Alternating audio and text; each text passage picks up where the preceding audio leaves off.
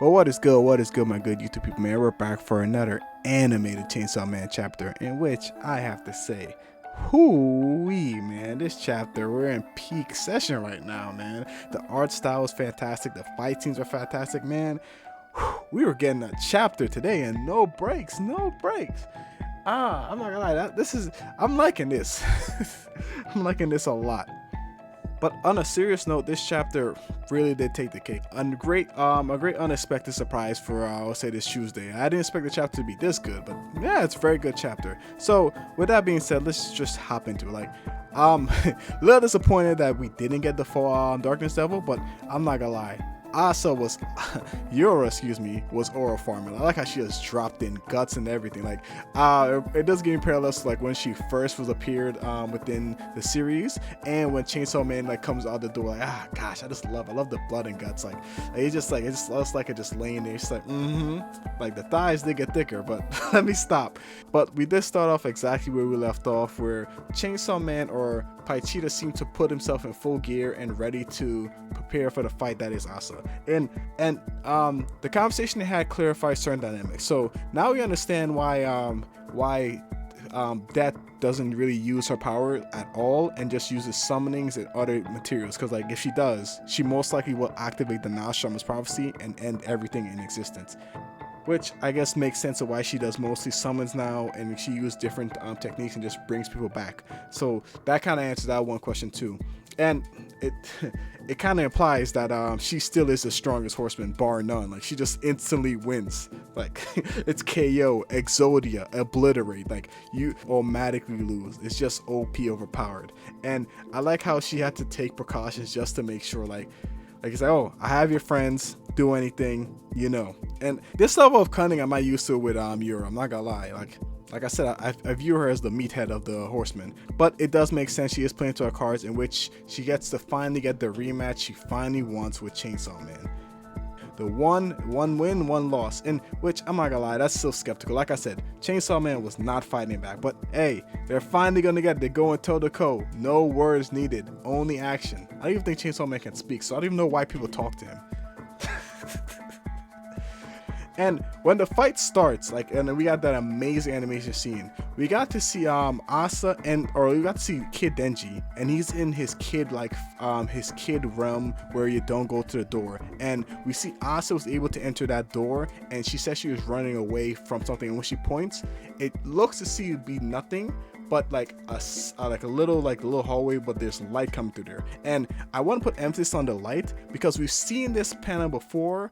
Because remember when we're going into I think on the last chapter, we see a pen art. We see Denji looking, and then we see Aki almost out of the way at a distance, and Power in the light saying peace, which signifies that they're passed on, and Denji's still in the shadow, which he hasn't gone to the light yet and is still there. And that there is kind of telling for where we might be foreshadowing Asa's development, because Denji's been in this stage before, and every single time it's been people he's close to and people that have died, and the death sometimes get blamed to him. The two examples being Aki and Power. That's why we see Power in this one. We never saw it with Aki. It was him playing the snowball fight, so we didn't see the alleyway specifically, but it was mainly Aki's hometown. And yeah, and the point I'm pointing on is it feels like we're signifying the end of the series and maybe an end of Asa with it, because when they're there, there's not really room for survival. And another point I want to make, realization that this is not also Denji's room as well, but Asa's been seen in this space too. It went back to the dream she has where she's running away and she's stepping on the chickens. At first she tries to avoid them, but then the bodies are too many and she just runs past them. Like I said, I think that when we first saw this, I thought it was signifying death happening and Asa being unable to stop the amount of bodies, and she has to move past them and keep pushing forward. We don't see the chickens or the birds on the floor with this one, signifying that it might be Denji's world and no longer Asa's world. And it could be that she's running for something completely different, or her world just she went into Denji's world, so there's new rules or anything. But it's a little eerie, and I'm not gonna lie, very sad that we might lose Asa in this way. The point is, we don't truly know what Asa's room meant. At least we can get an idea of it. And Denji's room signifies his childlike innocence, because it kind of is a child just in a adult body. Like he never truly got to mature, get like parented and all that stuff. So that he's forever stuck in a somewhat childish form, even though he's what is it, like Denji 16? That's an adult in Japan. Japan. Why I made that sound like I'm not gonna lie, I feel like I added a little bit too much sass for that. No disrespect, I'm just saying we have different rules over here. And to a certain degree might be how he copes with these with death, or at least some form.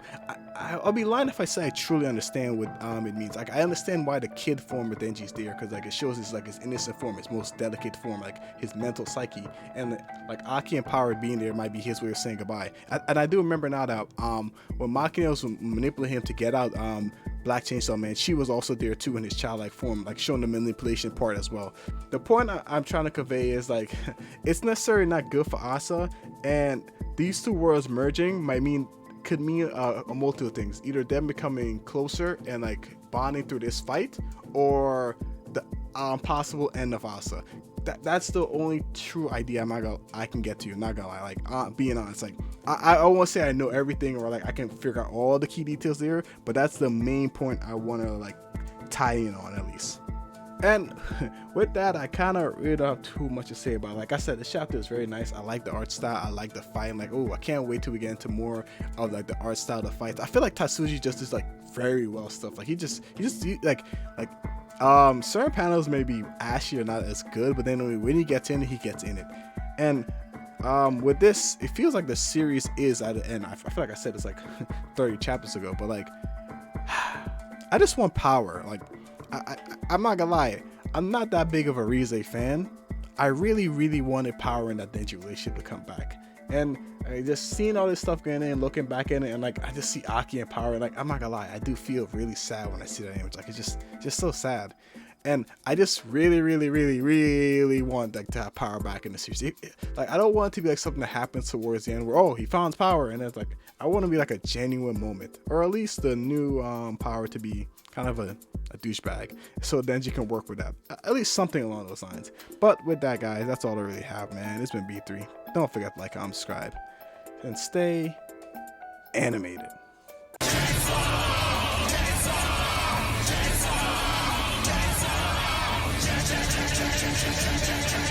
Chainsaw.